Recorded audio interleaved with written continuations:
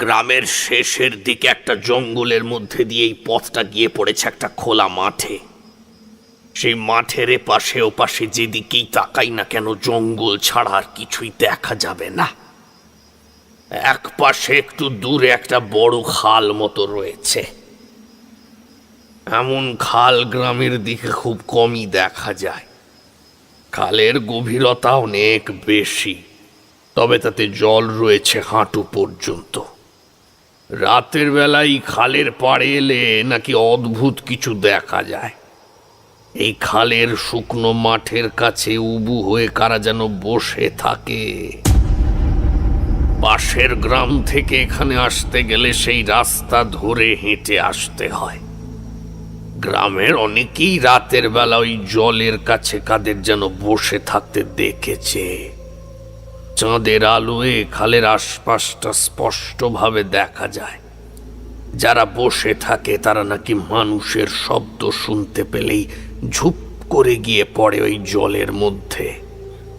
এমন একটা কথাই গ্রামে আসার পরই ভালোভাবে শুনতে পেয়েছিলাম, আর সেটা শোনার পরই ইচ্ছে ছিল সেই খালের ধারে বসে সেই প্রাণীগুলোকে দেখব। আসলে তারা যে পৃথিবীর কেউ নয় সেটা বোঝার জন্য অন্য কোনো ক্ষমতা প্রয়োজন হয় না।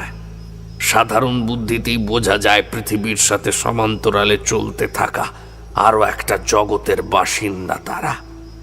ওই খালের জলের কাছে মানুষের বসবাস থেকে দূরে তারা নিজেদের মতোই অপেক্ষা করে কিছু একটার জন্য। আর যখনই মানুষের দেখা পায় তখন ঝুপ করে গিয়ে পড়ে ওই জলে। তবে গ্রামের মানুষ ওই খালটাকে এড়িয়ে চলতেই ভালোবাসে। মাঝে মধ্যে রাতের বেলা ওই পথ ধরে হেঁটে আসা ছাড়া কালে ভদ্রে ওরা ওখানে গিয়ে পড়ে না। আমি একানই, আমার সঙ্গে রয়েছে গ্রামের নিতাই। এই রাতে আমি একা এখানে আসার সাহস খুব একটা জোগাড় করে উঠতে পারছিলাম না বলে নিতাইকে নিয়ে এসেছি। নিতাইয়ের বয়স আমার চেয়ে বেশ কিছুটা কম হলেও সে গ্রামের ছেলে, তাছাড়া একটু ডান পিটে।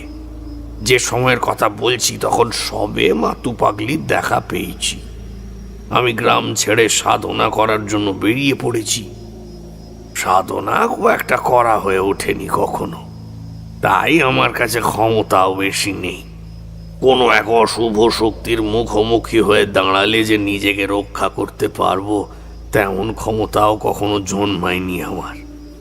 তবুও এক প্রবল কৌতূহলে ওই খালের ধারে এসে পড়া প্রাণীদের দেখার জন্যই আমি সেই রাতে গিয়ে পড়েছিলাম সেই খালের ধারে। একটানা এতটা পথ হেঁটে আসার পরেও কিন্তু নিতাই আমায় একটা কথা বলেনি। সে চুপ করে থাকলেও তার নিঃশ্বাস মাঝে মাঝে ঘন হয়ে আসছিল। বুঝতে পারছিলাম প্রবল একটা কৌতূহল যেমন আমায় চেপে ধরেছে তেমন নিতাইকেও গ্রাস করে নিয়েছে। ভূষণ্ডির মাঠ ছাড়িয়ে যখন জঙ্গলের এক পাশে খালের কাছে এসে পড়েছি তখন আমরা থমকে দাঁড়ালাম। চাঁদের আলোয় চারপাশটা ভালোভাবেই দেখা যায়। এখনো খাল পাড় যেতে গেলে আরো খানিকটা হেঁটে যেতে হবে। কোথায় যেন জঙ্গলের মধ্যে সরসর করে কি একটা সরে গেল। নিতাই একটু চমকে উঠে আমার দিকে তাকালো। একটু পরেই নিতাইয়ের মুখে একটা হাসি খেলে গেল। সে হাসি অতি সাধারণ কোনো হাসি নয়, যেন মনে হতে লাগলো নিতাই সেই হাসির মাধ্যমে আমায় কিছু একটা বলতে চাইছে। আমিও চুপ করে রইলাম। দুজনে মিলে জঙ্গলের রাস্তা পেরিয়ে খালের ধারে গিয়ে পড়েছি। দূর থেকে চাঁদের আলোয় খালটাকে ভালোভাবেই দেখা যায়। খালি ঠিক মাঝখানে বেশ খানিকটা জল জমে রয়েছে। চাঁদের আলো সেই জলের উপর পড়ে চিকচিক করে উঠছে, যেন খালের আশেপাশের গোটা জায়গাটা সাদা খটখটে হয়ে রয়েছে। দিনের বেলা এই খাল পাড়ে এসে আমি দেখে নিয়েছি, তাই রাতের বেলা পথ চিনে সেই নির্দিষ্ট জায়গাটায় যেতে কোনো অসুবিধে হলো না। আসলে যেখানে আমরা গিয়ে দাঁড়াবো বলে ঠিক করেছি সেখানে একটা বড় গাছ রয়েছে। সেই গাছটা যে কত বছরের পুরনো তা ভালোভাবে বোঝা যায় না। গাছের একটা মোটা ডাল এগিয়ে গিয়েছে খালের দিকে। গ্রামের ছেলেরা দিনের বেলা সেই গাছের উপর উঠে বসে মাঝে মাঝে পাতা থেকে ঝুলে থাকা ছোট ছোট দড়ি ধরে দোল খায়, কিন্তু আমাদের সেসবের সময় নেই। আমরা সেই গাছের পাশে এসে দাঁড়িয়েছি, এক দৃষ্টিতে তাকিয়ে রয়েছি সেই খালের দিকে। বেশ অনেকক্ষণ সময় কেটে গেছে। রাত যত বাড়তে লাগলো তত যেন চাঁদের আলোটা আরো বেশি উজ্জ্বল হয়ে উঠতে লাগলো। এখন পূর্ণিমা রাতে গোটা আকাশ ভেঙে যেন চাঁদের আলোর বন্যা এসে ছুঁয়ে ফেলে পৃথিবীর মাটি। আর সেই আলোতে দেখা যায় না এমন অন্ধকার বোধহয় পৃথিবীর মাটি তৈরি করে উঠতে পারেনি এখনো। একভাবে বেশ কিছুক্ষণ সেখানে দাঁড়িয়ে রয়েছি। একটু পরে নিতাই আমার গায়ে একটা হাত রাখলো, তারপর অন্য হাত তুলে দেখালো সামনের দিকে। আর সেদিকে তাকাতেই আমার গোটা শরীর কেমন যেন কেঁপে উঠল। স্পষ্ট দেখতে পেলাম একটু আগেই যে খালপাড় শূন্য দেখেছিলাম আমি, সেই খালপাড়ের জলের ঠিক কাছটায় কে যেন উবু হয়ে বসে আছে গো। তার কালো মতো শরীরটা ভালোভাবে বোঝা যায় না, তবে যতটা দূরত্বে আমরা রয়েছি সেটুকু বোঝা যায় মাত্র। আমি এক পা সামনের দিকে এগিয়ে যাওয়ার চেষ্টা করতেই নিতাই আমার হাত টেনে ধরল।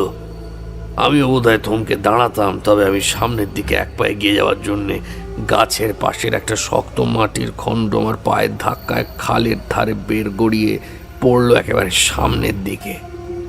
আর সেই শব্দে বোধহয় খালের জলের সামনে বসে থাকা সেই কালো ছায়া মূর্তিটা হঠাৎ করে উঠে দাঁড়িয়ে আমাদের দিকে ঘুরে তাকালো। এত দূর থেকে হলেও আমি স্পষ্ট দেখতে পেয়েছি তার চোখ দুটো ছিল উজ্জ্বল লাল রঙে।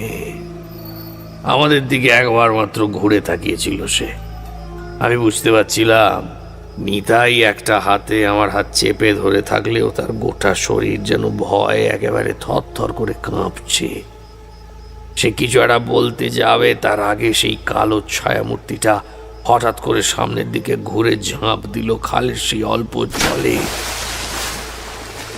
একটা মুহূর্ত নিস্তব্ধভাবে কেটে গেল। একটা ঠান্ডা হাওয়া সরসর করে আমাদের মাথার উপর দিয়ে বয়ে গেল সামনের দিকে। খালের জলের একটা শব্দ আর মৃদু আন্দোলন দেখতে দেখতে থেমে গেল মুহূর্তের মধ্যে। আমি আর নিতাই অবাক হয়ে সেদিকে তাকিয়ে রইলাম বেশ কিছুক্ষণ। তারপর দেখতে পেলাম নিতাই আমার হাত ধরে টানছে। আমি বুঝতে পারলাম নিতাই এখানে আর দাঁড়িয়ে থাকতে চাইছে না। কোনো একটা কারণে সে ভয় পেতে শুরু করেছে।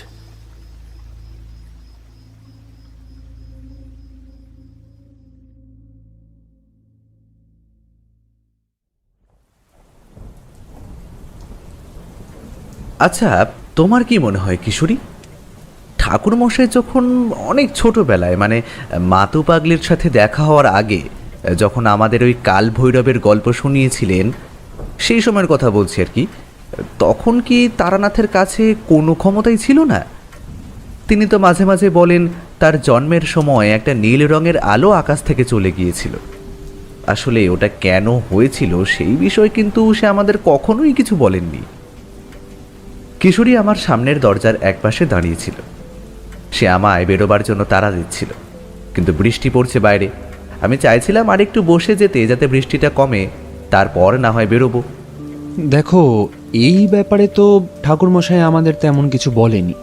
তবে আমার কেন জানি না মাঝে মাঝে মনে হয় ঠাকুরমশাই আসলে অনেক কিছুই জানেন না, যেগুলো তিনি কোনো কারণে আমাদের বলতে চান না।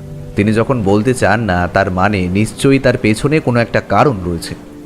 অকারণে তো সে আর আমাদের কোনো কথা বলতে চাইবে না, এমনটা তো হতে পারে না। তোমার মনে নেই সেই একবার? দেখো, তুমি ঠাকুরমশাইকে কতটা বোঝো আমি তা জানি না, তবে আমার কিন্তু মনে হয় ঠাকুরমশাই সত্যি আমাদের কাছ থেকে কিছু লুকিয়ে রাখতে চান। তবে সেটা যে সত্যি কোনো একটা কারণে সেটা আমি বুঝতে পারি।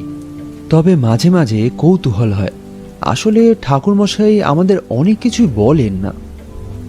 আরে সেসব কথা থাক না, তার নিজের জীবন যে রহস্যময় সেটা তো তুমি নিজেই জানো, আর তাই তো সে এমন অনেক কিছুই লুকিয়ে রাখে। কিশোরী আর কিছুই বলল না, এবার বাইরের দিকে তাকিয়ে বলল, না, আর দেরি করা যাবে না, চলো এবার বেরিয়ে পড়া যাক। যত দেরি করব বৃষ্টি কিন্তু আরও জোরে নামবে। আমি আর অপেক্ষা করলাম না, উঠে পোশাক বদলে নিয়ে দুজনে ছাতা হাতে নিয়েই রাস্তায় নামলাম। আজ আর হেঁটে যাওয়া সম্ভব নয়, তাই বাধ্য হয়ে ট্রাম ধরতেই হলো। বৃষ্টির দিনে ট্রামে কিন্তু বেশ ভিড় থাকে। মনে হয় যারা এই ছুটির দিনে কোথাও বেরিয়ে পড়ে তারা বাধ্য হয়ে ট্রামে ওঠে। না হলে আমরাও তো ছুটির দিনে হেঁটে হেঁটেই তারানাথের কাছে মঠ লেনে পৌঁছই। আজ বাধ্য হয়ে ট্রাম ধরতে হলো। তাছাড়া মাসের শেষ সময় এসে একটু হিসেব করেই চলতে হয়। কিশোরী পাসিং শোয়ের প্যাকেট নিয়েই এসেছিল। মঠ লেনের কাছে নামতেই কিন্তু দেখতে পেলাম বৃষ্টি সামান্য কমে এসেছে। তাড়াতাড়ি ছাতা খুলে নিয়ে আজ আর তেলে ভাজা না কিনে চলে গেলাম তারানাথের কাছে। দেখি তারানাথের ঘরের দরজা বন্ধ, বৃষ্টির দিনে যেমন থাকে আর কি। দরজার কড়া নাড়তেই ভেতর থেকে কথা ভেসে এলো, আসছে আসছে, অপেক্ষা করো। আমি আর কিশোরী দাওয়ার উপরে উঠে জল পড়তে থাকা ছাতাটাকে দাওয়ার একপাশে রেখে দিয়ে জুতো খুললাম। তারানাথ দরজা খুলে হাসি মুখে বলল, এসেছো তাহলে? সকাল থেকে যা বৃষ্টি শুরু হয়েছে, এত বৃষ্টির মধ্যে না এলেই হতো। আর একটু অপেক্ষা করে যেতে, একটু পরে বৃষ্টি কমবে। আরে বৃষ্টি কমার জন্য অপেক্ষা করতে করতেই তো এতক্ষণ দেরি হয়ে গেল, না হলে তো আরো আগেই এসে পড়তাম। আরে আগে ভেতরে তো এসো, ভেতরে এসে বসো, বৃষ্টির ছাট এসে গায়ে লাগবে। মাথাটা তো ভিজে গেছে দেখছি, ছাতা নিয়েছিলে না? এমন এলোমেলো হাওয়ায় ছাতা কোনো কাজে লাগে নাকি? আমরা ঘরে ঢুকতেই তারানাথ একটা গামছা এনে দিল।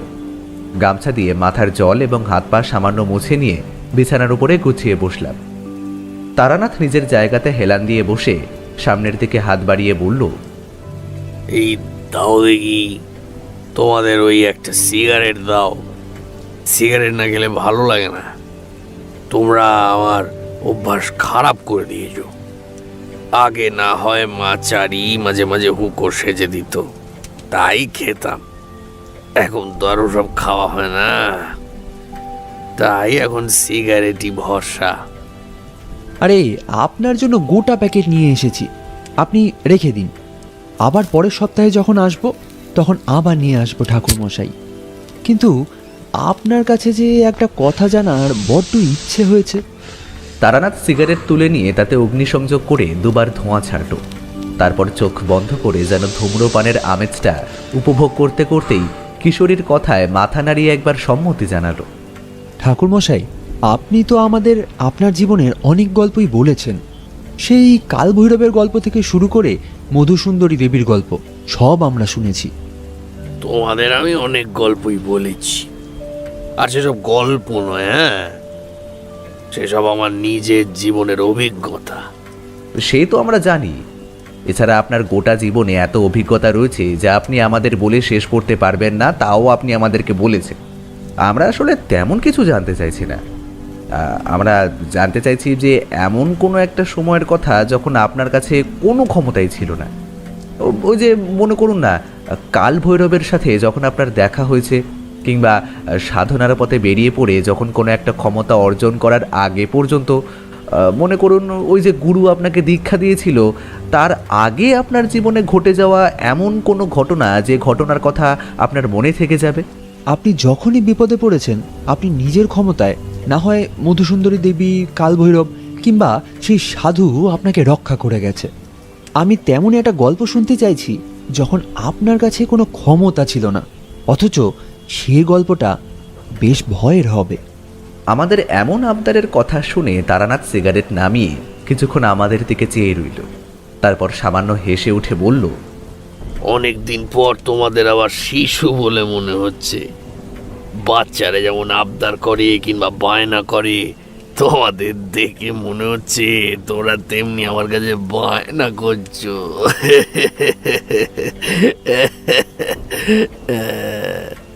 কথাটা বলে তারানাথ একবার হো হো করে হেসে উঠল। তার কথায় আমাদেরও হাসি পেয়ে গেল। কিশোরী হাসতে হাসতে বলল, তা সে বায়না বলুন আর যাই বলুন, আমাদের কিন্তু আজ এমন একটা গল্প শোনাতেই হবে। যদি আপনার জীবনে তেমন কোনো অভিজ্ঞতা থাকে আর কি, না থাকলে তো আর আপনি বানিয়ে বানিয়ে আমাদের সে গল্প বলতে পারবেন না, তাই না?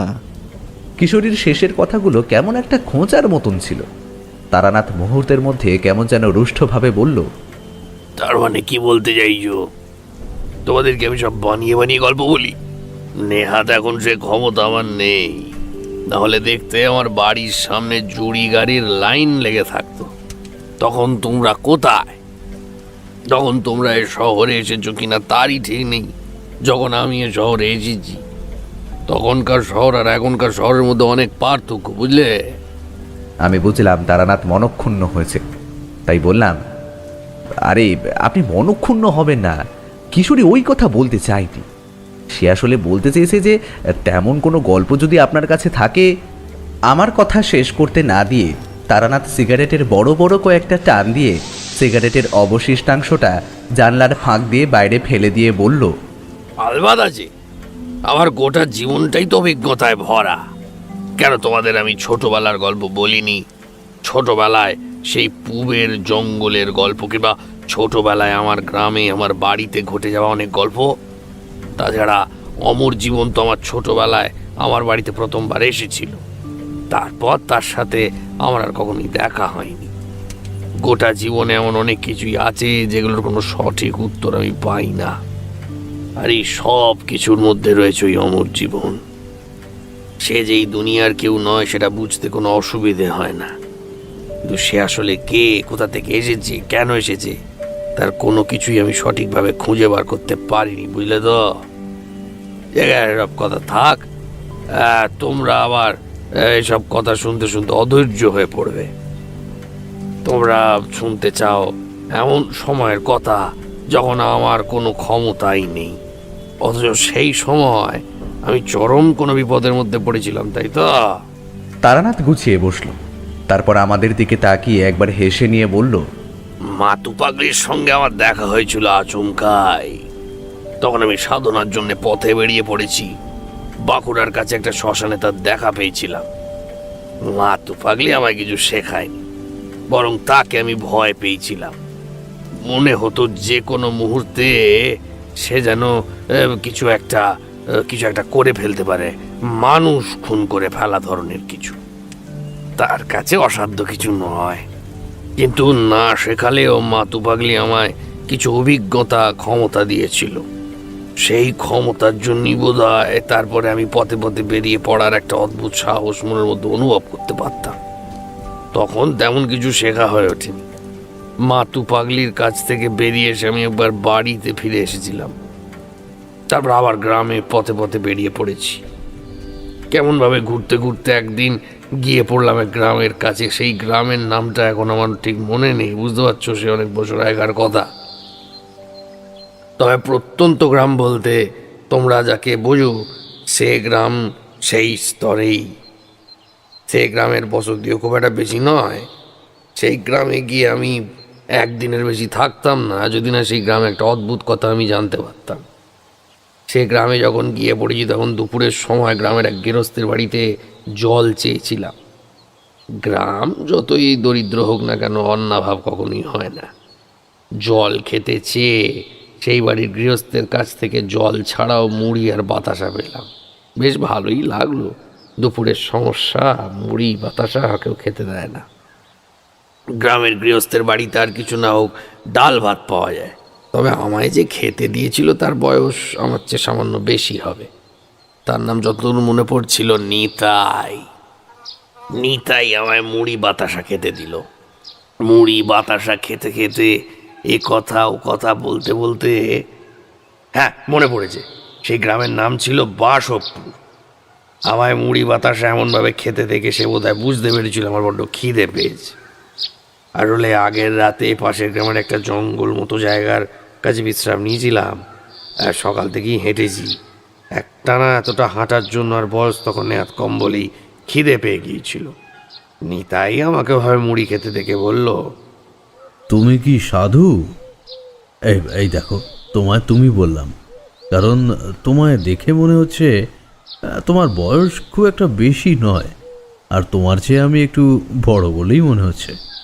আর কি বলো তো, আমি নিজে ব্রাহ্মণ, তাই।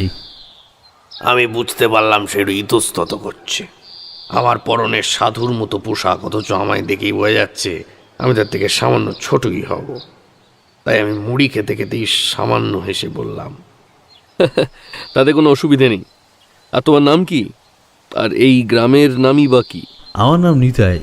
এই গ্রামের নাম হলো বাসবপুর। তার মুখে গ্রামের নাম শুনেই কিন্তু আমি চমকে উঠলাম। এই চমকে ওঠার পেছনে অবশ্যই একটা কারণ ছিল, এটা পরে বলবো। নিতাই আবার বলল, জানো, আমারও না মনে হয় মাঝে মাঝে এই যে তোমার মতো সাধু সন্ন্যাসী হয়ে এখানে ওখানে ঘুরে বেড়াই।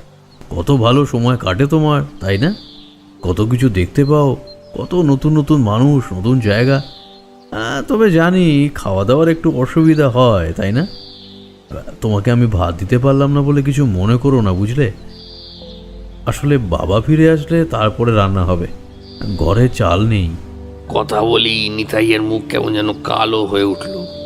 এবার আমি বুঝতে পারলাম এই দুপুরের সময় ভাত না দিয়ে মুড়ি খেতে দেওয়ার কারণ। বললাম, আরে ওসব নিয়ে ভাবার প্রয়োজন নেই, আমার কোনো অসুবিধে হচ্ছে না। এই যে খেতে পেয়েছি এটাই তো অনেক, না হলে গোটা একদিন পেরিয়ে গেলেও কতদিন খেতেই পাই না। তবে তুমি যদি বেরিয়ে পড়তে চাও তাহলে বেরিয়ে পড়তে পারো, তোমায় সাধু সন্ন্যাসী কিছুই হতে হবে না। আমি আসলে ঠিক তেমন সাধু নই তো, আমি একজন ভবঘুরের সাধক। ইচ্ছে হয় তাই ঘুরে বেড়াই। নিতাইকে আমার বেশ ভালো লেগেছিল। নিতাইয়েরও বোধ হয় আমার কথা এবং আমি অত অল্প বয়সের একজন সাধু এই কথা শুনে কৌতূহল হয়েছিল। গোটা বিকেল পর্যন্ত তার বাড়িতেই ছিলাম। বিকেলের দিকে নিতাইয়ের বাবা মাঠ থেকে ফিরে এলো। সে ফেরার সময় পুঁটুলিতে করে চাল নিয়ে এসেছিল। সে কিন্তু আমায় দেখে খুশি হলো। আমায় বলল সেদিন রাতটা অন্তত তার বাড়িতে থেকে যেতে। রাতের বেলা সে আমায় নতুন চালের ভাত আর নতুন ওঠা আলুর ঝোল খাওয়ালো। তোমরা জানো, খাওয়া দাওয়া নিয়ে কখনোই আমার কোনো বাদ বিচার ছিল না। তাছাড়া নিতাইরা ব্রাহ্মণ, তার বাড়িতে খেতে আমার কোনো অসুবিধে থাকার কথাই নয়। সেদিন সন্ধ্যের দিকে নিতাইয়ের সাথে গ্রামে বেরিয়ে পড়লাম। অন্ধকার তখন সবে নেমে আসতে শুরু করেছে। গ্রামের পথে চারপাশটা ভালোভাবেই দেখা যায়, কারণ পূর্ণিমা বোধ হয় কাছাকাছি। গ্রামে খুব বেশি ঘর বসতি নেই, সোজা একটা রাস্তা চলে গেছে দূরে। যে পথ ধরে আমি এসেছি অন্য পথে রাস্তা গ্রামের ভেতরের দিকে ঢুকেছে। দুপাশে সবুজ গাছপালা, মাঝে মাঝে ছোট ছোট মাটির ঘর, তাদের কখনো খড়ের চাল, কখনো টিনের ছাউনি। তবে টিনের ছাউনি কিন্তু খুব কমই দেখতে পেলাম। প্রতিটা ঘরেই খড়ের চাল রয়েছে। পথে হাঁটতে হাঁটতে নিতাই বলল, বাসবপুরে তুমি এর আগে আসনি কখনো, তাই না? আমাদের এখানে কিন্তু একটা খাল আছে, সেই খালের গল্প তুমি এর আগে শুনেছো? হঠাৎ করে পাশের গ্রামে সেই জঙ্গলের কাছে একজনের শোনা ওই কথাটা মনে পড়ে গেল। তাই বললাম, শুনেছি তোমাদের এখানে নাকি ওই খাল পাড়ে রাতের বেলা অনেক কিছু দেখা যায়। নিতাই আমার কথা শুনে অবাক হয়ে আমার দিকে তাকাতেই আমি বললাম, আসলে পাশের গ্রামে যখন ছিলাম তখন সেখানেই তোমাদের এই গ্রামের খালের কথা শুনতে পেয়েছি। তখনই কেমন একটু কৌতূহল বোধ করেছিলাম, তবে এটাই যে বাসবপুর সেটা জানতাম না। আচ্ছা, সেই খালের পাড়ে তুমি কখনো কিছু দেখেছো? নিতাই সেই আধো অন্ধকারের মধ্যে একবার আমার দিকে তাকালো। তার উচ্চতা আমার চেয়ে খানিকটা কম। আসলে বারবার বলে চলেছি সে আমার থেকে বড়, সেটা বোঝার একটা উপায় রয়েছে। তার নাকের তলায় গোঁফ বড় হয়ে এসেছে। পরে জেনেছিলাম সে আমার থেকে মাত্র 3 বছরের বড়। নিতাই আধো অন্ধকারে আগের মতোই আমার দিকে তাকিয়ে বলল, আমি দেখেছি তারানাথ, ওই খালের জলের কাছে শুধু আমি নয়, গ্রামের অনেকেই অনেক কিছু দেখেছে। ওই যেবার ওই খালের জলে রায়দের ছোট ছেলে ডুবে মরল, তারপর থেকেই। কিন্তু আমি যে শুনেছি ওই খালের জল খুব একটা বেশি নয়, তাহলে ওই জলে কেউ ডুবে মরল কি করে? নিতাইয়ের মুখে একটা হাসি দেখা গেল। সেভাবে হাসতে হাসতে বলল,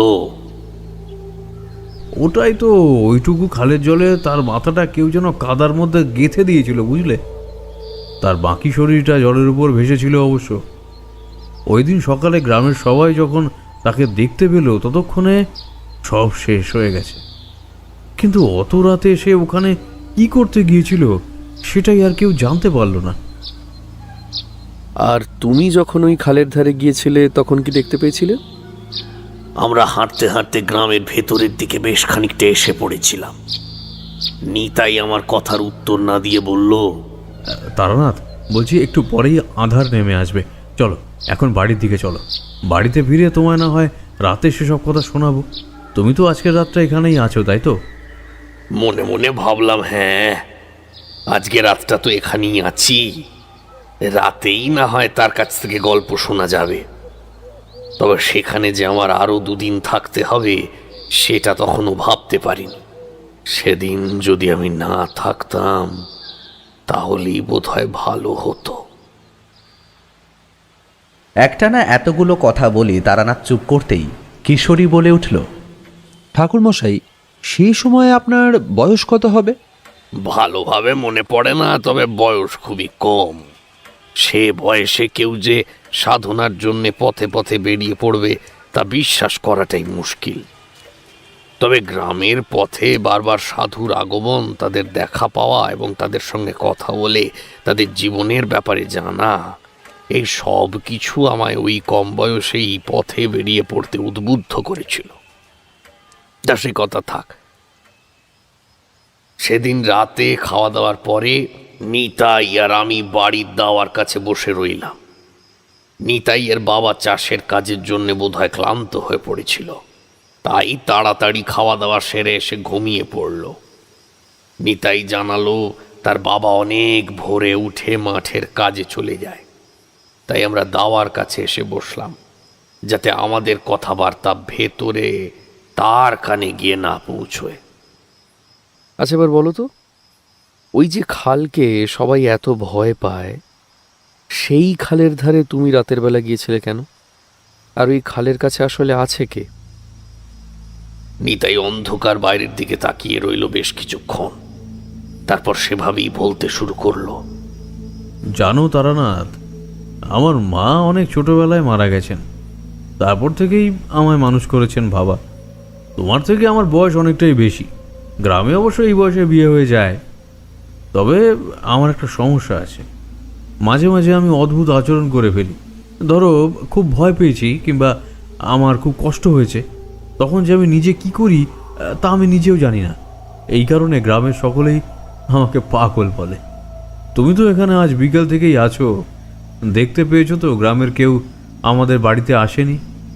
তুমি আর আমি যখন সন্ধ্যার দিকে গ্রামের রাস্তায় বেরিয়েছিলাম, তখন কাউকে কি আমাদের দিকে এগিয়ে এসে কোনো কথা বলতে দেখেছিলে? হঠাৎ করেই আমার একটা ব্যাপার মনে পড়ে গেল। আরে তাই তো, দুপুরের দিকে যখন আমি তাদের বাড়ির ধারে বসে মুড়ি বাতাসা খাচ্ছি, তখন সামনের মাটির রাস্তা দিয়ে কয়েকজন হেঁটে গিয়েছিল। তবে তারা একবার বাড়ির দিকে তাকিয়ে তাড়াতাড়ি সামনের দিকে চলে গিয়েছিল। তখন ব্যাপারটা বুঝতে পারিনি, এখন ব্যাপারটা যেন বুঝতে পারলাম। বললাম, সেটা যদি হয় তাহলে তো তোমার কোনো অসুখ করেছে, সে অসুখ তো সারানো দরকার। নিতাই আগের মতোই হাসলো। তার মুখের হাসিটা অন্ধকারে ভালোভাবে দেখা যায় না। দাওয়ার একপাশে একটা হারিকেন জ্বলছে। হ্যাঁ, সেই অসুখ এমনি সেরে যাবে। আসলে একা একা থাকি তো, সারাদিন নিজের মতোই সব কিছু করি, তাই ধীরে ধীরে এমনটা হয়ে গেছে। বাবা আমার পাশের গ্রামের এক বদ্যিতে গিয়েছে, সে কিছু ওষুধ দিয়েছিল, তবে সেসবে কোনো লাভ হয়নি। সে বলেছে এই ব্যাপারটা নাকি নিজে থেকেই পরে সেরে যাবে। আমি বুঝতে পারছিলাম তারই কথার সাথে নিশ্চয়ই সেদিন খালপাড়ে রাত্রিবেলা তার চলে যাওয়ার মধ্যে কোনো একটা কারণ আছে। তাই আমি তাকে বলতে দিলাম। সে আবার বলে চলল, একদিন রাতে হঠাৎ করে ঘুম ভেঙে গেছে। ঘরের মধ্যে শুয়ে থাকতে আর কিছুতেই ভালো লাগছে না। কি মনে হতে ঘরের দরজা খুলে বাইরে বেরিয়ে এসে দাওয়ার কাছে বসি। বেশ অনেকক্ষণ বসে রয়েছি, বাইরে থেকে পরিবেশ ভালোই লাগছে। মাত্র 2 দিন আগেই ওই খালের কাছে একজন কিছু দেখতে পেয়েছে বলে গ্রামে একটা গুজব উঠেছিল। কেমন যেন মনে হলো এই রাতে যদি আমি একবার খালের ধারে যাই তাহলে কি আমিও কিছু দেখতে পাবো। তখন আকাশের চাঁদের আলো রয়েছে, আমি গ্রামের ছেলে। চাঁদের আলোয় গ্রামের পথে রাতের বেলা বেরিয়ে পড়াটা আমার কাছে খুব একটা কঠিন কাজ নয়। যেমন ভাবা তেমনি কাজ। দরজাটা বাইরে থেকে ভালো করে ভিজিয়ে দিয়ে পথে নামলাম। গোটা পথ ফাঁকা। গ্রামের সবাই যেন নিশ্চিন্তে ঘুমিয়ে পড়েছে। গ্রামের এদিক ওদিক ছড়িয়ে থাকা বাড়িঘরগুলোকে কেমন যেন অন্ধকারের ছায়ামূর্তির মতো মনে হচ্ছে। হাঁটতে হাঁটতে ভূষণ্ডির মাঠ পেরিয়ে যখন খালের কাছে গিয়ে পৌঁছেছি, তখন মনে হলো কাজটা ভালো হয়নি। আসলে ওখানে যাওয়ার আগে পর্যন্ত কিন্তু ব্যাপারটা মনে হয়নি। ওই খালের পাড়ে একটা বড় গাছের পাশে দাঁড়িয়ে ব্যাপারটা প্রথমবারের মতো মনে হলো। বুঝতে পারছিলাম এতক্ষণ ধরে যে পথে হেঁটে এসেছি সেই পথের পরিবেশের সাথে এই খালপাড়ের চারপাশের পরিবেশের কি যেন একটা পার্থক্য রয়েছে। আর সেই পার্থক্যটা যেন আমি ভালো করে বুঝতে পারছিলাম। গাছের কাছে দাঁড়িয়ে সেই খালের মাঝের সামান্য জলের দিকে তাকিয়ে রয়েছি। চাঁদের আলোয় সবটাই ভালোভাবে দেখা যায়। হঠাৎ করে কি যেন মনে হলো খালের শুকনো মাটির একেবারে ধার থেকে আমার দিকে কেউ যেন আসছে। ব্যাপারটা ওই চাঁদের আলো থাকার জন্য ভালোভাবে বুঝতে পেরেছিলাম যে হেঁটে আসছে সে যেন সোজা আমার দিকে এগিয়ে আসছে। ব্যাপারটা দেখতে পেয়ে আমার কেমন যেন ভয় হলো।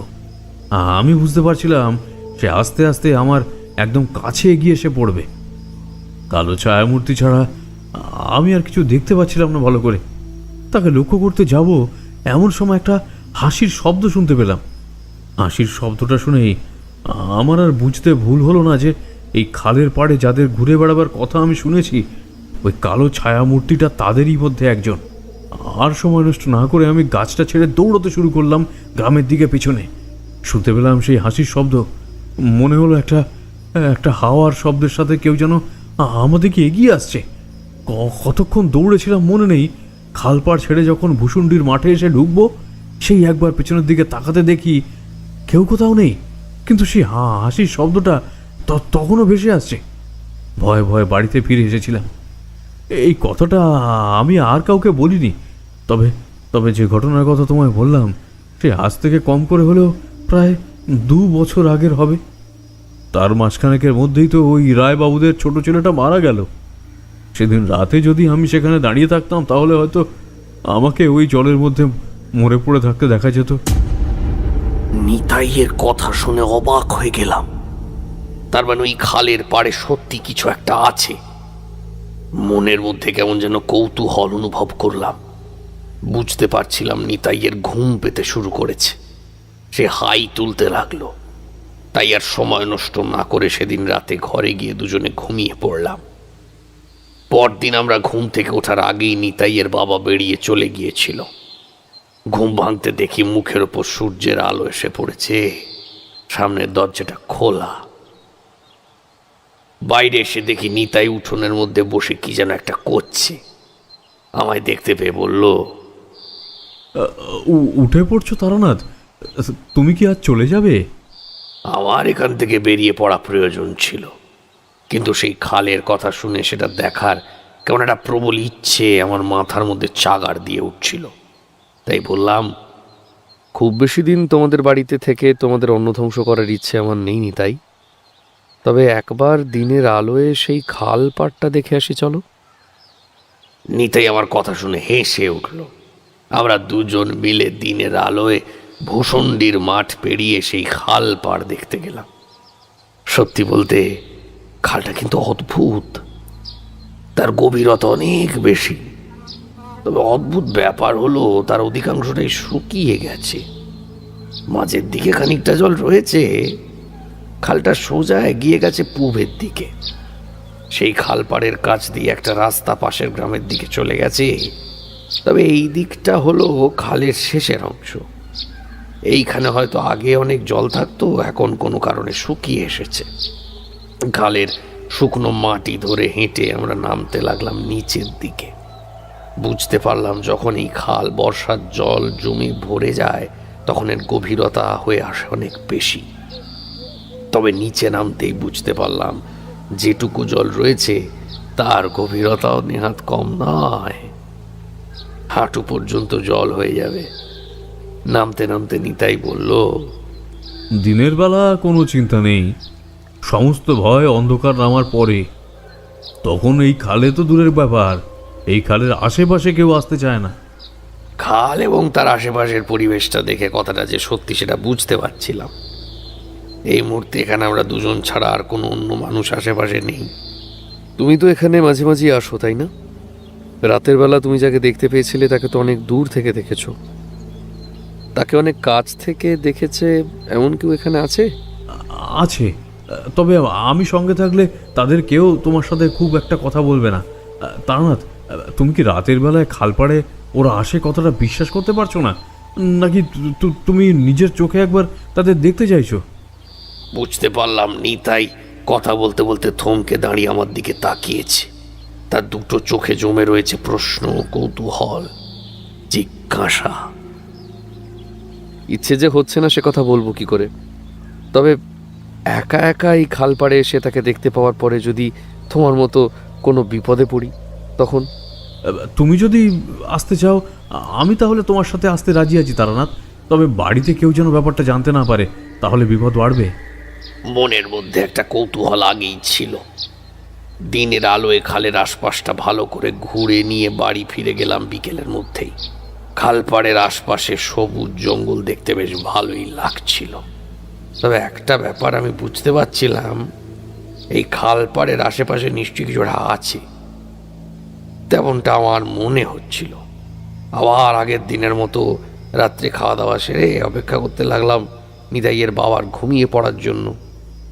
তারপর আমরা দুজন মিলে বেরিয়ে পড়লাম সেই খালপাড় যাওয়ার উদ্দেশ্যে। তারানাথ একটানা এতটা কথা বলে আবার একটা সিগারেট বার করল। আমি বললাম, ওই খালপাড়ে ওই ছায়া মূর্তিটার থাকার কারণ কি ছিল? আর আপনি কিংবা নিতাই কিংবা গ্রামের আরও যারা তাকে দেখেছিল তারা কি একজনকেই দেখেছিল নাকি অনেককে দেখেছিল? তুমি কি জানতে চাইছো সেটা আমি বুঝতে পারছি। আসলে নিতাই ওখানে একজনকে দেখলে ওখানে ছিল অনেকজন। ওই খালের জলে যারা ডুবে মারা গিয়েছিল অনেক আগে, তাদের অশরীরী আত্মা ওখানেই থেকে গিয়েছিল। এখন খালের জল কম হয়ে আসার জন্য তারা রাতের বেলা খালের জলের পাশে এসে চুপ করে বসে থাকতো। তারপর কোনো মানুষকে পেলে তার ক্ষতি করার চেষ্টা করত। গল্পের প্রথমেই আপনি বলেছিলেন ওই গ্রামে একদিনের বেশি না থাকলে বরং ভালো হতো। সেটা কেন বলেছিলেন ঠাকুরমশাই? গল্প যা বলেছেন তাতে তো সব ঠিকই আছে। আমাদের জীবনে আমরা মাঝে মাঝে অনেক বড় ভুল করে ফেলি। আমরা বুঝতে পারি না আসলে আমরা কি করে ফেলেছি, আর তার জন্য যা ক্ষতি হয় তা কখনোই পূরণ করা সম্ভব হয় না। আমি যদি সেদিন সকালে ওই গ্রাম ছেড়ে চলে আসতাম কিংবা নিতাইকে রাতের বেলা ওই খাল পাড়ে যাওয়ার জন্য না বলতাম, তাহলে হয়তো কিছুই ঘটতো না। সেদিন রাতে আমরা আবার আগের দিনের মতো অপেক্ষা করতে করতে যখন নিতাইয়ের বাবা ঘুমিয়ে পড়ল, তখন ঘরের দরজা বাইরে থেকে ভিজিয়ে দিয়ে নিতাইকে নিয়ে বেরিয়ে পড়লাম সেই খাল পাড়ের উদ্দেশ্যে। মনের মধ্যে প্রবল ইচ্ছা ওখানে আসলে কে থাকে সেটা দেখব। আসলে বাড়ি থেকে বেরিয়েছি তো মনের কৌতূহল নিরসনের জন্য। তন্ত্র মন্ত্র কথা জানবো, সাধনা শিখবো, নতুন মানুষ দেখবো, নতুন জায়গা ঘুরে বেড়াবো। তাই এই গ্রামের ওই খাল আমায় কেমন যেন টেনে চলেছিল। নিতাইয়ের সাথে ওই খাল পাড়ে গিয়ে গাছের তলায় দাঁড়িয়ে থাকতে থাকতে যখন তাকে দেখতে পেলাম, তখন সেও আমাদের দেখতে পেয়েছে। নিতাই দ্রুতভাবে আমার হাত টেনে ধরে গ্রামের দিকে দৌড়াতে শুরু করলো। আমিও বুঝতে পেরেছিলাম কিছু একটা ঘটতে যাচ্ছে, তাই পিছনের দিকে ঘুরে ছুটতে গেও এমন সময় মাটির উপর ধপ করে পড়ে গেলাম। একটা হাসি ততক্ষণে চারপাশে ছড়িয়ে পড়তে শুরু করেছে। সেই খালের দিক থেকে একটা কালো ছায়া মূর্তি আমার দিকে যেন ছুটে আসতে শুরু করেছে, তার সাথে একটা হাওয়ার শব্দ। নিতাই আমার হাত ধরে টানতে টানতে বলল, তারানাথ, তারানাথ, তাড়াতাড়ি উঠে পড়ো, ও আসছে, ও আমাদের দিকে এগিয়ে আসছে। তুমি যাও, তুমি চলে যাও নিতাই, আমি ঠিক চলে যাব। নিতাই আমায় দু হাতে টেনে তুলতে তুলতে বলল, সেটা হয় না তারানাথ, তোমায় আমি এখানে নিয়ে এসেছি, আমি তোমায় এখানে ছেড়ে কিছুতেই যেতে পারবো না। নিতাই আবার পিছনের দিকে তাকালো। ওই চাঁদের আলোয় অল্প অন্ধকারের মধ্যেও আমি তার চোখে মুখে ভয় ফুটে উঠতে দেখতে পেলাম। পেছনে এসে ভেসে আসা হাসির শব্দ আর হাওয়ার শব্দ যেন আরো কাছে এসে পড়েছে। আমি মাথা ঘুরিয়ে পিছনের দিকে তাকিয়ে মাটিতে উঠে বসার চেষ্টা করতে লাগলাম, কিন্তু পায়ে বড্ড লেগেছে। দেখতে পেলাম সেই ছায়ামূর্তি একদম আমাদের সামনে কাছে এসে পড়েছে, আর একটু হলেই সে আমাদের ধরে ফেলবে। আমি মাটি থেকে কোনো রকমে উঠে দাঁড়িয়ে নিতাইয়ের হাত ধরে দৌড়াতে শুরু করলাম। দৌড়ে বেশ খানিকটা এগিয়ে চলে এসেছি, ঠিক তখনই দেখতে পেলাম গ্রামের পথের মাঝখানে কালো ছায়ার মতো কেউ একটা দাঁড়িয়ে রয়েছে। এদিকে খালপাত থেকে আমাদের পিছনে আবার সেই ছায়ামূর্তিটা তখন আমাদের দিকে এগিয়ে আসছে। নিতাই এক পা এগিয়ে যাওয়ার চেষ্টা করছে। আমি তাকে বারণ করে বললাম, যেও না নিতাই, যেও না, এখানে চুপ করে দাঁড়াও। কি বলছো তুমি? হ্যাঁ, তুমি দেখতে পাচ্ছ না সামনে পেছনে দুদিকে কেউ আমাদের পথ আটকে দাঁড়িয়ে রয়েছে? আমি সত্যি নিতাইকে বারণ করেছিলাম, কারণ সামনে এসে দাঁড়ানো ছায়ামূর্তিটা যেন আমার চেনা বলে মনে হয়েছিল। আমি নিতাইকে কিছু একটা বলতে যাব, তার আগে নিতাই একটা কাজ করলো। অদ্ভুতভাবে চিৎকার করে উঠলো। তার সাথে সাথে মনে পড়ে গেল নিতাইয়ের বলা সেই কথাটা। প্রবল ভয় কিংবা প্রবল রাগ, মন খারাপের মুহূর্তে তার মধ্যে একটা অদ্ভুত পাগলামি জেগে ওঠে। একটা চিৎকার করে নিতাই পেছনের দিকে ছুটতে লাগলো, সেই ছায়ামূর্তি যেদিক থেকে এসেছে সেইখানে। এদিকে আমি দাঁড়িয়ে সামনে সেই ছায়ামূর্তিকে তখনও দেখে চলেছি। কিছুতেই বিশ্বাস করতে পারছি না এই ছায়ামূর্তি আমাদের কোনো ক্ষতি করতে পারে, কারণ খাল পাড়ে দাঁড়িয়ে যে অদ্ভুত অনুভূতি আমার হয়েছিল, এখানে দাঁড়িয়ে কিন্তু তেমন কিছুই হচ্ছে না। তার বদলে কেমন যেন একটা সাহস মনের মধ্যে আস্তে আস্তে তৈরি হচ্ছে। নিতাইয়ের চিৎকারের সমস্ত ভাবটা কেটে গেল। আমি পিছনের দিকে তাকিয়ে দেখলাম নিতাই ছুটতে ছুটতে সেই ছায়ামূর্তির দিকে খানিকটা এগিয়ে গিয়েছে। আমি একবার চিৎকার করে বলে উঠলাম, না নিতাই, ওখানে যেও না নিতাই, ওখানে যেও না নিতাই। তার আগেই নিতাই গিয়ে পড়েছে পেছনের সেই ছায়ামূর্তির একদম কাছে। নিতাইয়ের গলা থেকে বেরিয়ে আসা একটা চিৎকারের সাথে একটা প্রবল হাসিতে চারপাশটা ভরে গেল। বুঝতে পারলাম নিতাইয়ের কোনো একটা বিপদ ঘটে গেছে। আকাশে চাঁদের আলো রয়েছে বটে, তবে গ্রামের এখানে চারপাশে সবুজ গাছপালা থাকার জন্য ভালোভাবে কিছু বোঝা যাচ্ছে না। আমার সামনে এসে দাঁড়ানো ছায়ামূর্তিটা ততক্ষণে হাঁটতে হাঁটতে আমার দিকে এগিয়ে আসতে শুরু করেছে। একটু পরেই বুঝতে পারলাম যে সে দাঁড়িয়েছে সে আর অন্য কেউ নয়, সে একজন সাধু। আর সেই সাধুকে যেন আমি খুব ভালো করেই চিনি। এদিকে পিছনের দিক থেকে নিতাইয়ের চিৎকার আর সেই ছায়ামূর্তির গর্জন শোনা যাচ্ছিল।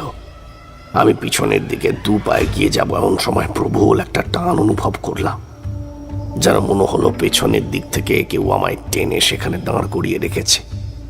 আমি প্রবল চেষ্টা করেও সামনের দিকে যেতে পারছি না। আমার মুখ থেকে কোনো কথা বাইরে বেরিয়ে আসতে পারছে না, যেন মনে হচ্ছে আমার গোটা শরীর এখন আর আমার নিয়ন্ত্রণে নেই। চোখের সামনে অন্ধকারে দেখতে পেলাম সেই ছায়ামূর্তিটা নিতাইয়ের গলাটা একেবারে এক হাতে চেপে ধরে তাকে শূন্য থেকে মাটিতে তুলে ফেলেছে। নিতাই দুটো হাত দিয়ে তার হাত ছাড়ানোর চেষ্টা করছে। তার দুটো পা শূন্যে কেমন যেন অসহায়ের মতো নড়াচড়া করছে, কিন্তু আমি চাইলেও তার দিকে এগিয়ে যেতে পারছি না। ততক্ষণ আমার পেছনে সেই ছায়ামূর্তিটা হাঁটতে হাঁটতে আমার পাশে এসে দাঁড়িয়েছে, আর সে এসে দাঁড়াতেই একটা শুভানুভূতিতে চারপাশটা কেমন যেন ভরে গেল। আমি বুঝতে পারলাম আজ যেই হোক এই সাধু মানে যে ছায়ামূর্তি সে দাঁড়িয়েছে তার কাছ থেকে আমার কোনো বিপদের সম্ভাবনা নেই। আমার মাথার ভেতরটা কেমন যেন ঘুরে উঠতে লাগলো।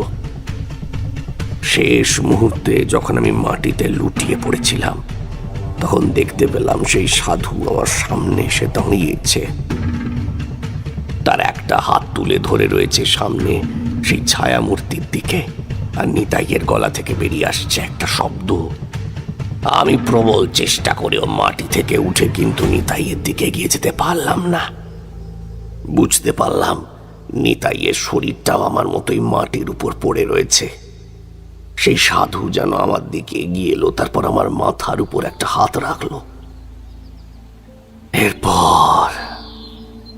এরপর আমার আর কিছুই মনে নেই। যখন জ্ঞান ফিরল দেখতে পেলাম ভোরের আলো সবে ফুটতে শুরু করেছে। মাটির উপরে আমি শুয়ে রয়েছি। এদিক ওদিক তাকিয়ে প্রথমে তেমন কিছুই বুঝতে পারলাম না। একটু পরেই দেখতে পেলাম মাটির উপরে খানিকটা সামনে কি যেন পড়ে রয়েছে। আসলে এই পথটা সেই জঙ্গলের ভেতর দিয়ে, এদিকে লোকজন খুব একটা আসে না, তাই আমরা পড়ে থাকলেও এতক্ষণে কারোর নজরে আসেনি। তাড়াতাড়ি উঠে ছুটে গেলাম নিতাইয়ের দিকে। তারপর নিতাইয়ের গায়ে একটা ধাক্কা দিতে আমার গোটা শরীর কেমন যেন ভয় কেঁপে উঠল। ঘরের মধ্যে আধো অন্ধকারে তারানাথের চোখ ভালোভাবে দেখা যায় না। জানলার সামান্য ফাঁক দিয়ে আসা একটা হাওয়া ঘরের ভেতরটা কেমন যেন ঠান্ডা করে দিল। মাঝে মাঝে বাইরের বৃষ্টির শব্দটা এখনো এসে পড়ছে। তারানাথ সেদিকে তাকিয়ে রইল বেশ কিছুক্ষণ। কিশোরী বলল, কি হয়েছিল ঠাকুরমশাই নিতাইয়ের? নিতাইয়ের গায়ে হাত দিতেই বুঝতে পেরেছিলাম তার গোটা শরীর বরফের মতো ঠান্ডা হয়ে গেছে। কাল রাতেই সে কখন যেন মারা গেছে। এতক্ষণ পর্যন্ত তার মৃতদেহটা ওখানে পড়ে থাকার জন্য সেই মৃতদেহের এখন আর কোনো সার নেই। তার দুটো খোলা বিস্ফারিত চোখ যেন আমার দিকেই তাকিয়ে রয়েছে। গলার দিকে তাকিয়ে দেখতে পেলাম গলায় কোনো দাগ নেই, অথচ আমি নিজে দেখেছি সেই ছায়ামূর্তি তার গলা চেপে ধরে তাকে শূন্যে তুলেছিল। অদ্ভুতভাবে তার মুখটা হাঁ করা রয়েছে। তার মুখের এক পাশ বেয়ে নামছে রক্ত। তার সেই মুখের দিকে আমি খুব বেশিক্ষণ তাকিয়ে থাকতে পারলাম না। এক সময় কেমন যেন করে উঠল। বারবার মনে হচ্ছিল আমি যদি রাতে তাকে এখানে না নিয়ে আসতাম তাহলে হয়তো এমন কিছুই ঘটতো না। উঠে দাঁড়িয়ে সেই খাল পাড়ের দিকে তাকালাম। দিনের আলোয় খাল পাড়ের কোথাও কিছু নেই, যেন অতি সাধারণ সবকিছু। অথচ কাল রাতে যখন সেই ছায়া মূর্তিকে আমি দেখেছিলাম তখন তার দুটো উজ্জ্বল লাল রঙের চোখ আমি দেখতে পেয়েছিলাম। বারবার মনে হতে লাগলো সেই সাধু যদি আমায় বাঁচানোর জন্য এখানে এসে থাকেন তাহলে তিনি নিতাইকে কেন বাঁচালেন না। এখন তার বাবাকে আমি বলবো কি? আমি অজানা অচেনা গ্রামের এক ভবঘুরে সাধক, তার বাড়িতে এসে তার ছেলেকে রাতের বেলা বাড়ি থেকে ডেকে নিয়ে এই খাল পাড়ে এসেছি, আর আমার জন্য তার ছেলে আজ আর বেঁচে নেই। এই কথাটা তার সামনে দাঁড়িয়ে তাকে বলার মতো কোনো ক্ষমতাই আমার ছিল না। তাই বেশ কিছুক্ষণ ওখানে চুপ করে দাঁড়িয়ে রইলাম। অনেকবার নিতাইয়ের শরীরটা পরীক্ষা করে দেখলাম, বারবার চেষ্টা করলাম যদি তার শরীরে প্রাণ থাকে, যদি তাকে বাঁচানো যায়। কিন্তু ধীরে ধীরে সকাল হতে লাগলো, অথচ তার শরীরের কোনো পরিবর্তন দেখা গেল না। আমি বুঝতে পারছিলাম আমার আর কিছুই করার নেই। তাই গ্রামের পথে ফিরে এলাম। গ্রামের পথে একজনের সাথে দেখা হতেই তাকে বললাম, ওই খাল পাড়ের কাছে কে একজন মরে পড়ে আছে। সে আমায় এর আগে দেখেনি। আমার কথা শুনে সে তাড়াতাড়ি গ্রামের দিকে ছুটল। আমি আর গ্রামের দিকে গেলাম না। নিতাইয়ের বাড়িতে যাওয়ার মতো সাহস আমার ছিল না। তাই সেদিনই সেই গ্রাম ছেড়ে চলে এলাম। তারানাথ চুপ করতেই আমি আর কিশোরী চুপ করে রইলাম। গল্পের শেষটা যে এমন হবে সেটা আমরা ভাবতে পারিনি। বেশ কিছুক্ষণ কেটে যাওয়ার পরে বললাম, ঠাকুরমশাই, আপনি তো সেই মুহূর্তে কিছু করতে পারতেন না। আপনার কাছে তো কোনো ক্ষমতাই ছিল না। সেই সাধু যদি আপনাকে না বাঁচাতো তাহলে হয়তো আপনিও... তারানাথের মুখে অন্ধকারের মধ্যে একটা হাসি দেখা গেল। ম্লান হেসে থেমে থেমে তারানাথ বলল, আমি জানতাম আমার কিছু হবে না। আমি জানতাম মাতু পাগলি আমায় সামান্য কিছু ক্ষমতা দিয়েছে।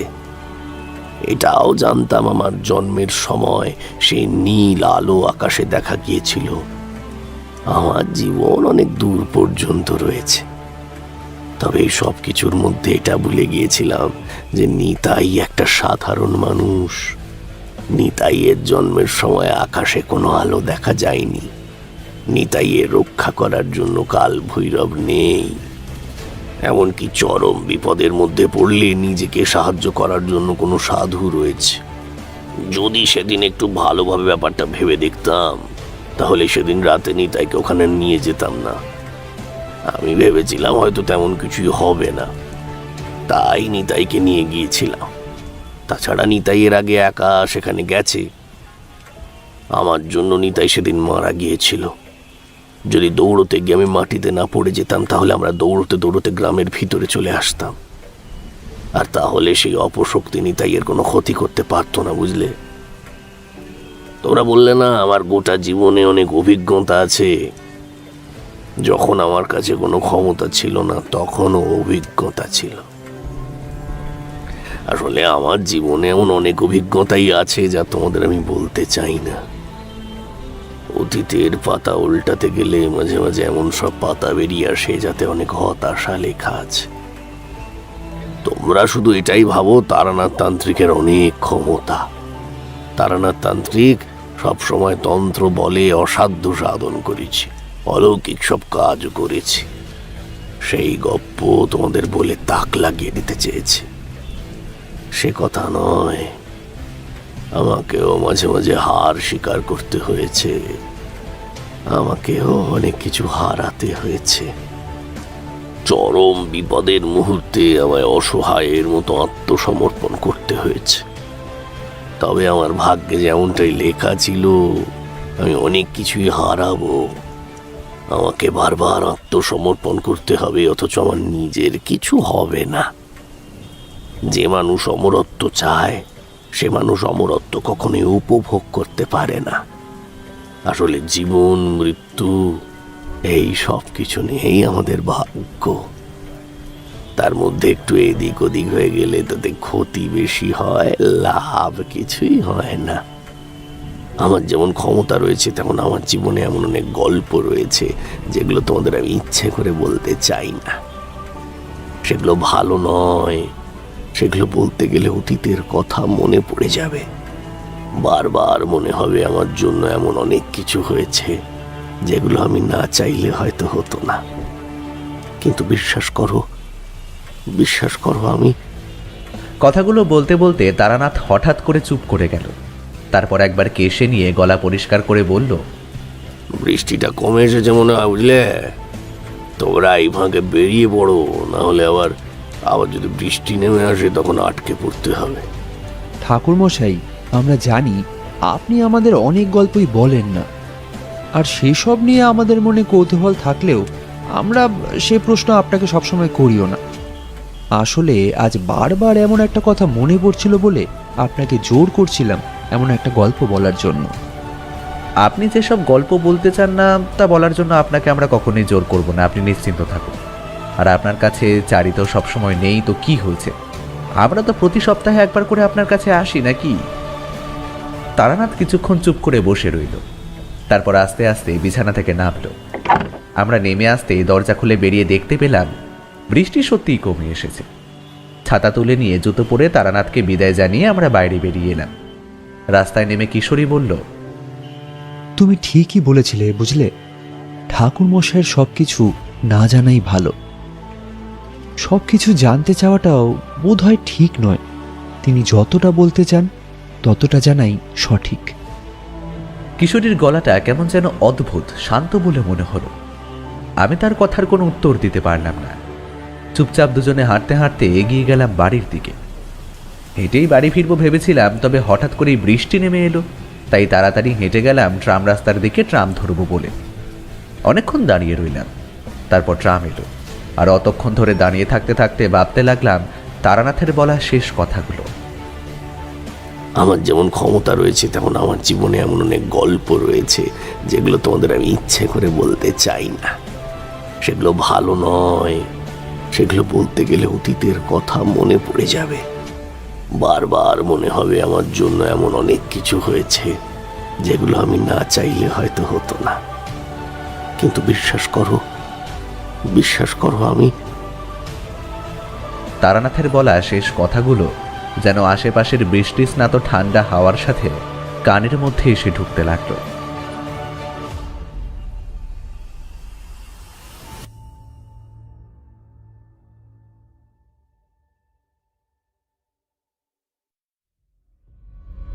শুনছিলেন লেখক সুকান্ত দাশের কলমে তারানাথ তান্ত্রিক ফ্যানফিকশন বাসুদপুরের খালপাড়।